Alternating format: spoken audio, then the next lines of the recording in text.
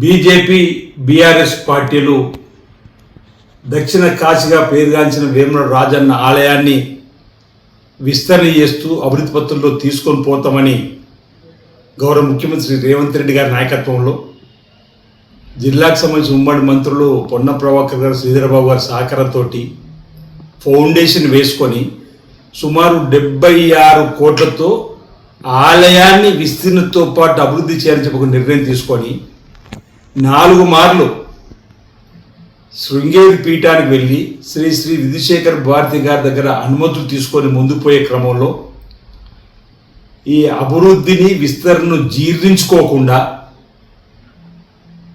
గత ప్రభుత్వంలో 10 సంవత్సరాలకు ఏటా 100 కోట్లు ఇస్తా అని ఇవ్వని బీఆర్ఎస్ పార్టీ ఓవైపు నా లగ్గం ఇక్కడైంది ఏటా 100 కోట్లతో అభివృద్ధి చేస్తా అని చెప్పినటువంటి కేసీఆర్ మాటలు నీటి మూటలైన వేళ బీజేపీ అంటగాగినప్పుడు బీఆర్ఎస్ తోటి ఇప్పటి వరకు బీజేపీ కూడా అనా పైసను తీసుకురావాలని ఆలోచన చేయని సందర్భంలో మేము అభివృద్ధి చేస్తూ ఉంటే స్వాగతించాల్సింది పోయి వేవరాడ పట్టణ బంధుకు పిలుపునివ్వడం, మేము నిన్నటి రోజే విజ్ఞులు ఆలోచించండి అని చెప్పంటే దేవాలయ అభివృద్ధితో పాటు పట్టణ అభివృద్ధిలో భాగంగా రోడ్డు వెడల్పు చేస్తుంటే ఈరోజు ఆ ప్రాంతంలో ఉన్నటువంటి వారితోటి ఈ బంధులో పాల్గొమని చెప్పేటువంటి కార్యక్రమం చేస్తూ ఈరోజు మేము ప్రతినిత్యము వేములవాడ రాజన్న ఆలయానికి సంబంధించినటువంటి దేవాలయంలో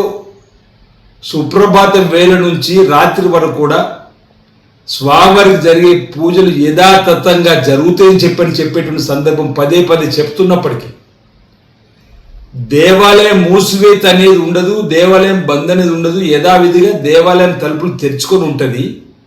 కానీ అభివృద్ధిలో భాగంగా విస్తరణ జరిగినప్పుడు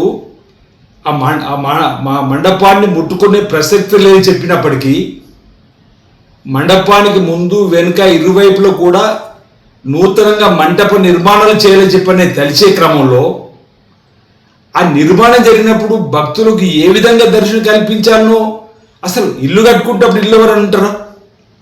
ఇది ప్రాక్టికల్గా అడిగే వాళ్ళు కూడా ఒక ఇల్లు నిర్మాణం చేసుకున్నప్పుడు ఆ ఇంట్లో ఉండి ఇల్లు నిర్మాణం చేసుకోగలుగుతారా?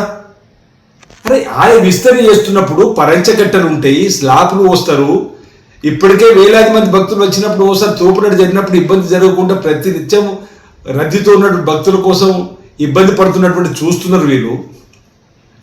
ఆలయ నిర్మాణం జరిగేటప్పుడు భక్తులకు అర్జిత సేవలను పౌరాణిక నేపథ్యం ఉన్న భీమేశ్వరాలయంలో జరపాలని చెప్పని శృంగేరి పీఠంలో జరిగినటువంటి నిర్ణయం ప్రకారం ఉంటుందని చెప్పేటువంటి కార్యక్రమం చెప్తే కూడా అరే రాజన్నక పూజలు భీమన్నక అని చెప్పిన వితరణవాదం తీసుకొని రావడం, రాజన్నాలయంలో పరమశివుడే ఉన్నాడు, భీమేశ్వరాలయంలో పరమశివుడే ఉన్నాడు, రాజన్నాలయం పురాతన దేవాలయం.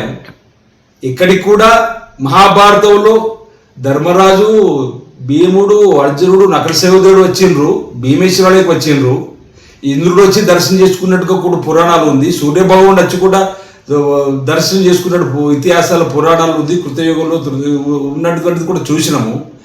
ఇలాంటి పౌరాణిక నేపథ్యం ఉన్నటువంటి దేవాలయానికి భక్తుల సంఖ్య పెరుగుతున్నది కాబట్టి విస్తరణ చేయాలని చెప్పి మా గౌరవ ముఖ్యమంత్రి రేవంత్ రెడ్డి గారి నాయకత్వంలో మీరు నిర్ణయం తీసుకొని 76 కోట్ల రూపాయలను మొదటి విడతలో ఆలయ అంతర్భాగాన్ని విస్తరణ చేసేటువంటి కార్యక్రమాలు చేసేటువంటి సందర్భం చేసినప్పుడు ఎవరైతే ఇప్పుడు బంధుకు 2 రోజుల ముందు ఆలయ పరిరక్షణ కమిటీ వేసుకున్నారు. మేము ఈ ప్రభుత్వం మీరు చెప్పేది వింటది, భక్తుల మనోబలకు అనుగుణంగా ముందుకు పోతున్నాం చెప్తున్నప్పటికీ ఆలయ ఈవో గారు, మంత్రి గారు, ముఖ్యమంత్రి గారు, స్థపతి, ఆర్కిటెక్ట్, ప్రిన్సిపల్ సెక్రటరీ అందరం కూడా శృంగేరి పీఠం ఏ విధంగా చెప్తే ఆ విధంగా ముందుకు పోవాలని చెప్పి మేము అనుకున్నప్పుడు ఎక్కడైనా ఒక దగ్గర సమస్య వస్తే మీరు కానీ మేము కానీ శృంగేరి పీఠం చెప్పినట్టు విందామని చెప్పి ప్రైవేట్ సంభాషణలు కలిసినప్పుడు మీరు చేస్తున్నారు బాగానే చెప్పాలి. మళ్ళీ ఈ విధంగా రాజన్న భక్తులను ఈరోజు ఇబ్బంది పెట్టే విధంగా చేసేటువంటి కార్యక్రమం సరైనది కాదు. బంధు పెట్టే రాజకీయాలు దయచేసి చేయకమని కోరుతున్నాం. మీరు చెప్పేది ప్రతిదీ మేము వినడానికి సిద్ధంగా ఉన్నాం. మీరు చెప్పేది ప్రతిదీ కూడా పాజిటివ్ కోణంలో తీసుకొని రాజన్న ఆలయాన్ని అభివృద్ధి పథంలో విస్తరణలో భాగంగా తీసుకుపోవడం కోసం ప్రయత్నం చేస్తున్నాం. నేను ఇప్పటికీ 3 మాటలు చెప్పిన. మీరు చెప్పేది వినడానికి ప్రభుత్వం సిద్ధంగా ఉంది, మీరు చెప్పేది వినడానికి మేము సిద్ధంగా ఉన్నాము. తప్పనిసరిగా పాజిటివ్ మూడ్లో రాజన్న ఆలయాన్ని విస్తీర్ణంలో అభివృద్ధి పథంలో తీసుకొని పోదామని చెప్పాను. రాజన్న ఆలయ జీర్ణోద్ధరణ కాదు, రాజన్న ఆలయ పునరుద్ధరణ కాదని కూడా పదే చెప్తున్నాం మేము. ప్రధాన దేవాలయం సంబంధించి ఉపదేవాలయం సంబంధించి యథావిధిగా ఉంటే స్వామివారి ప్రతిరూపాలని చెప్పని మాట చెప్తున్నప్పుడు కూడా ఎందుకు ఈ విధంగా గందరగోళాన్ని తెరదీస్తున్నారు? ఎందుకు? అసలు మీకు ఎవరు చెప్పారు? మేము మా మండపాన్ని టచ్ చేస్తారని మీకు ఎవరు చెప్పారు? దేవాలయాలు మార్చాలని, గుళ్ళల్లో ఉన్నటువంటి వాటిని మార్చాలని చెప్తారు, మార్చు సైన్స్ చెప్పంటారు. అసలు మార్చమని ఎవరు అన్నారు? ఒక దగ్గరనే సమస్య వచ్చింది, ఆ సమస్యను పరిష్కరించే బాధ్యత శృంగేరి పీఠాన్ని శ్రీ శ్రీ విధుశేఖర భారతి చెప్పినట్టు విందామని చెప్పాడే మాట ఎక్కడా రహస్యం లేదు. ఈరోజు ఎంత వచ్చిందో చెప్పాలంటారు. 50 కోట్లు 2024-25 బడ్జెట్లో 50 కోట్లు పెట్టుకున్నాం. 2025-26లో 100 కోట్లు పెట్టుకున్నాం. కలిపి 150 కోట్లు వేముల టెంపుల్ డెవలప్మెంట్ అథారిటీ ద్వారా దేవాలయంతో పాటు పట్టణానికి అభివృద్ధి చేయాలనుకున్నాం. 47 కోట్లు ఆల్రెడీ VTDA ఖాతాలో వచ్చి పడ్డాయి, గౌరవ కలెక్టర్ వైస్ చైర్మన్ ఉన్నటువంటి ఖాతాలో పడ్డాయి.